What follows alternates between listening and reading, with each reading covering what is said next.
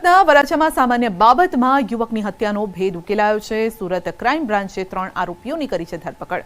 Vimal, Dennis અને ઉત્તમ નામના 3 આરોપીઓની ભાવનગરથી કરાઈ છે ધરપકડ। તો 15મી ઓગસ્ટના રોજ રાત્રિના સમયે આ ઘટના બની હતી। બાઇકને ઓવરટેક કરવા બાબતે જેનિશ ચૌહાણ નામના યુવકની હત્યા કરાઈ હતી। આરોપીઓ હત્યા કરીને ફરાર થયા હતા। રાજકોટમાં સતત ચોથા દિવસે જુનિયર ડોક્ટર્સની હડતાલ। તેઓએ હડતાલ રાખી અનોખી રીતે વિરોધ પ્રદર્શન પણ કર્યું છે। કોલકાતામાં મહિલા તબીબ સાથે હેવાનિયતના વિરોધમાં દેશભરમાં તબીબો વિરોધ પ્રદર્શન કરી રહ્યા છે। અને ત્યારે રક્ષાબંધન પર રાજકોટ સિવિલ હોસ્પિટલના જુનિયર રેસિડેન્ટ ડોક્ટર્સે અનોખો વિરોધ નોંધાવ્યો। પીડીયુ મેડિકલ કોલેજમાં પુરુષ તબીબોએ મહિલા તબીબોને રાખડી બાંધી। રક્ષાબંધન પર ભાઈ બહેને રાખડી બાંધે છે અને જો કે રક્ષાબંધનના તહેવાર પર પુરુષ તબીબોએ મહિલા તબીબોને રાખડી બાંધી અને સુરક્ષાનું વચન આપ્યું છે। સાથે જ કામથી અળગા રહીને અનોખો વિરોધ પણ કર્યો છે। જયપુર જિલ્લાનો જીવાદોરી સમાન સુખી ડેમ 60% જેટલો ભરાયો છે। 3 તાલુકાને સિંચાઈનું પાણી આ ડેમમાંથી પૂરું પાડવામાં આવે છે। ઉપરવાસમાં મધ્યપ્રદેશના વિસ્તારોમાં સારા વરસાદના કારણે ડેમમાં પાણીની પુષ્કળ આવક થતા હવે માત્ર 40% જ બાકી રહ્યો છે અને આગામી દિવસોમાં આ ડેમ સંપૂર્ણ રીતે ભરાઈ જવાની શક્યતાઓ રહેલી છે। સુખી ડેમની કેનાલો મારફતે બોડેલી તાલુકો, પાવીજેતપુર તાલુકો અને જાંબુઘોડા તાલુકાના સિંચાઈનું પાણી મળે છે અને આ સુખી ડેમનો વિશાળ પટ 10 કિલોમીટર વિસ્તારમાં પાણીનો સંગ્રહ થાય છે, જ્યારે કે જિલ્લાનો સૌથી મોટો ડેમ હોવાથી ખેડૂતો માટે પણ આશીર્વાદ સમાન છે। હજારો લાખો ખેડૂતોનું આશાવંતું આ સિંચાઈનું સ્ત્રોત હાલ 65% ઉપરાંત ભરાઈ ચૂક્યું છે, જેનાથી આ વિસ્તારના ખેડૂતોમાં ખુશીનો એક માહોલ છે। સાથે સાથે ઉપરવાસમાં સારો વરસાદ હોવાના લીધે હાલ પણ પાણીનો સ્ત્રોત ચાલુ છે। અગર પાણીની કંઈક જરૂરિયાત ઊભી થાય ત્યારે ખેડૂતોને આ સિંચાઈનો સ્ત્રોત મારફતે પાણી પૂરું પાડવામાં આવશે। છોટાઉદેપુર જિલ્લાનો જીવાદોરી સમાન સુખી ડેમ પાવીજેતપુર તાલુકાના અંતરિયાળ વિસ્તારમાં વર્ષો પહેલા ખેડૂતોને સિંચાઈનો લાભ મળે તે હેતુથી સુખી ડેમ બનાવવામાં આવ્યો હતો। આપણે તસવીર બતાવવા માંગીશું। આ ડેમ છે હાલ 65% જેટલો ભરાયેલો છે।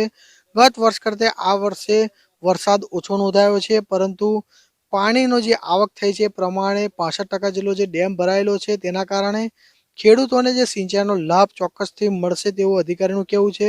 સાથે સાથે આ જે ડેમ છે તેનાથી બોડેલી, જાંબુઘોડા અને પાવીજેતપુર આમ 3 તાલુકાને આનો લાભ મળતો હોય છે, જ્યારે આ સુખી ડેમ 65% જેટલો ભરાયેલો છે, જેને કારણે ખેડૂતોની અંદર તો હાલ ખુશી જોવા મળી રહી છે। સાથે સાથે અધિકારી પણ જણાવી રહ્યા છે કે ખેડૂતોની માંગણી પ્રમાણે જમણી સાઈડ અને ડાબી સાઈડ રીતે કે ખેડૂતોની માંગણી હશે તે પ્રમાણે પાણી પણ આપવામાં આવશે। એટલે ચોક્કસથી ખેડૂતોને સિંચાઈનો લાભ સારી રીતે સિઝનમાં મળશે તેવું લાગી રહ્યું છે। દેશભરમાં આજે ભાઈ બહેનના પવિત્ર પર્વ એવા રક્ષાબંધનની ઉજવણી થઈ રહી છે અને આજના દિવસે ભૂદેવો એટલે કે બ્રાહ્મણો દ્વારા યજ્ઞોપવીત ધારણ કરવામાં આવતી હોય છે, પરંતુ પોરબંદરમાં આવેલ આર્ય કન્યા ગુરુકુળમાં અનોખા દ્રશ્યો જોવા મળ્યા। છેલ્લા 86 વર્ષથી કોઈ પણ જાતના ભેદભાવ વગર દરેક વિદ્યાર્થીનીઓ દર વર્ષે રક્ષાબંધનના પાવન પર્વ પર સવારે યજ્ઞોપવીત ધારણ કરે છે। આ વર્ષે પણ અંદાજે 300 જેટલી વિદ્યાર્થીનીઓએ વિધિ વિધાન સાથે યજ્ઞોપવીત ધારણ કરી હતી। આમ તો જનોઈ પુરુષો જ ધારણ કરતા હોય છે, પરંતુ એવું કહી શકાય કે દેશમાં એકમાત્ર એવું સ્થળ હશે જ્યાં વિદ્યાર્થીનીઓ ધાર્મિક મંત્રોચ્ચાર સાથે યજ્ઞોપવીત ધારણ કરે છે।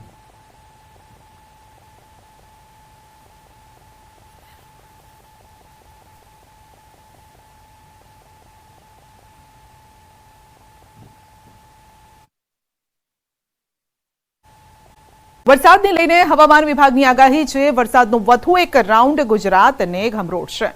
20 અને 21 ઓગસ્ટે ભારે વરસાદની વકી છે। દક્ષિણ ગુજરાતમાં ભારે વરસાદની આગાહી છે। તાપી, ડાંગ, નવસારી સહિત ભારે વરસાદની આગાહી કરવામાં આવી છે। અત્યાર સુધીમાં કચ્છ, સૌરાષ્ટ્રમાં સરેરાશ કરતા વધુ વરસાદ નોંધાયો છે અને અમદાવાદ અને ગાંધીનગરમાં પણ હળવો વરસાદ થઈ શકે છે।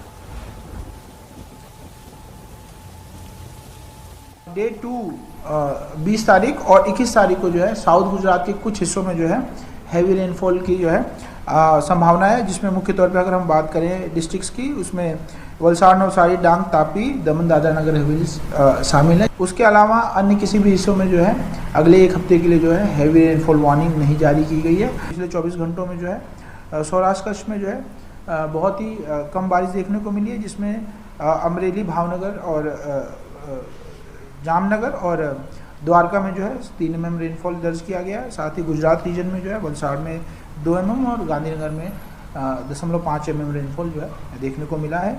अगर हम बात करें ओवरऑल जो है सीजन का जो रेनफॉल है वो अभी भी गुजरात में जो है नॉर्मल से 3% अधिक चल रहा है। साथ ही अगर हम सब डिवीज़न वाइज बात करेंगे तो उसमें गुजरात रीजन जो है अभी जो है -9% डेफिसिट है नॉर्मल रेनफॉल से, और सौराष्ट्र का जो है 19% जो है नॉर्मल से अधिक बारिश अभी तक देखने को मिली। સુરત શહેરની તો સુરત શહેરમાં પણ રક્ષાબંધનના અનોખા રંગ દેખાયા। રાંદેર સ્થિત વૃદ્ધાશ્રમ ખાતે એસઓજીએ રક્ષાબંધનની ઉજવણી કરી। શહેર પોલીસ કમિશનરના no drugs in Surat city અભિયાનને આગળ વધારવાના સંકલ્પ સાથેની ઉજવણી કરવામાં આવી। No drugs in Surat city અભિયાનના પ્રતીકની રાખડી પણ બંધાવી અને સાથે જ શહેરની સુરક્ષા અને સલામતીનું વચન આપ્યું। વૃદ્ધાશ્રમની મહિલાઓના હાથે રાખડી બંધાવી ભોજન સહિતની વ્યવસ્થા પણ કરી। તો રક્ષાબંધનનો આજે પવિત્ર તહેવાર છે। સીઆર પાટીલ પણ રક્ષાબંધનની ઉજવણી કરી રહ્યા છે।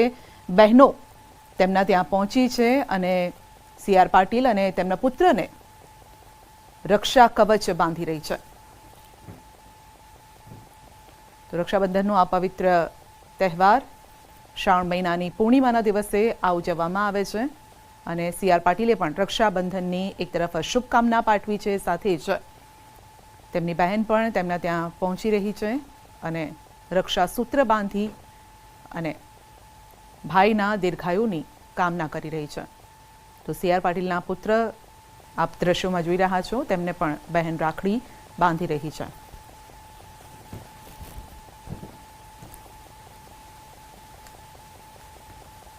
તો મંત્રી સીઆર પાટીલે પણ રક્ષાબંધનની ઉજવણી કરી છે। આજે શુભ અવસર અને બહેનો ભાઈના ત્યાં જઈ અને ભાઈના દીર્ઘાયુની પ્રાર્થના કરતી હોય છે, ભાઈના સુખાકારીની પ્રાર્થના કરતી હોય છે। વરસાદની સિઝનમાં રસ્તા પર પડેલા મસમોટા ખાડાથી વાહન ચાલકો હેરાન પરેશાન થઈ ગયા છે। ત્યારે જૂનાગઢ શહેરમાં પણ લોકો ખરાબ રસ્તાને લઈને ત્રાહીમામ પોકારી ઉઠ્યા છે।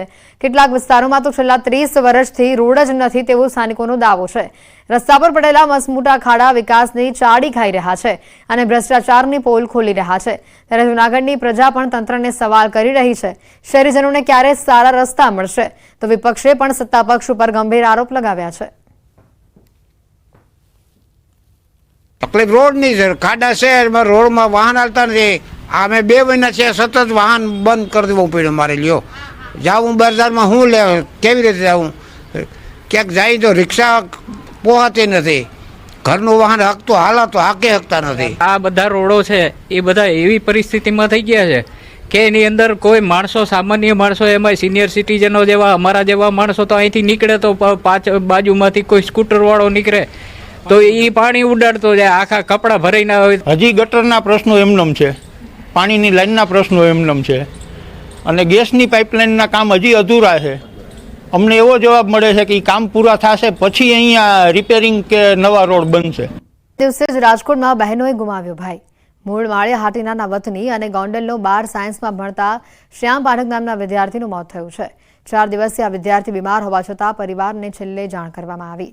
હોસ્ટેલ સંચાલકોએ તેની એમડી ડોક્ટર પાસે સારવાર ન કરાવ્યાનો પરિવારજનોનો આક્ષેપ છે। હોસ્ટેલ અને ડોક્ટરની બેદરકારીના કારણે બાળકનું મોત થયું હોવાનો પરિવાર આક્ષેપ કરી રહ્યા છે।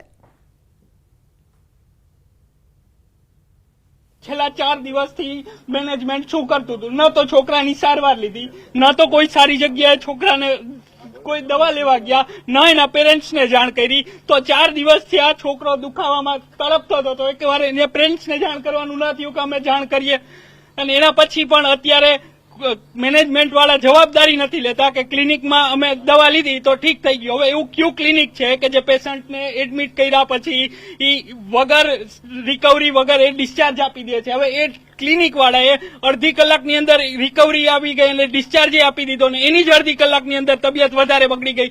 તો એવું કયું હોસ્પિટલ છે કે વગર રિકવરી એ ડિસ્ચાર્જ આપે છે? ગુનેગારોને આકરામાં આકરી સજા થવી જોઈએ. કોઈ પણ કારણસર બક્ષાવો ન જોઈએ. ગુનેગારો જેટલા બી હોય, મેનેજમેન્ટ ઓથોરિટીની ભૂલ હોય, ડોક્ટરની ભૂલ હોય, જે બી હોય, એ બધાને આકરામાં આકરી સજા થવી જોઈએ, જેનાથી ભવિષ્યમાં તકલીફ ના પડે બીજા કોઈ બાળકને આ પ્રકારની.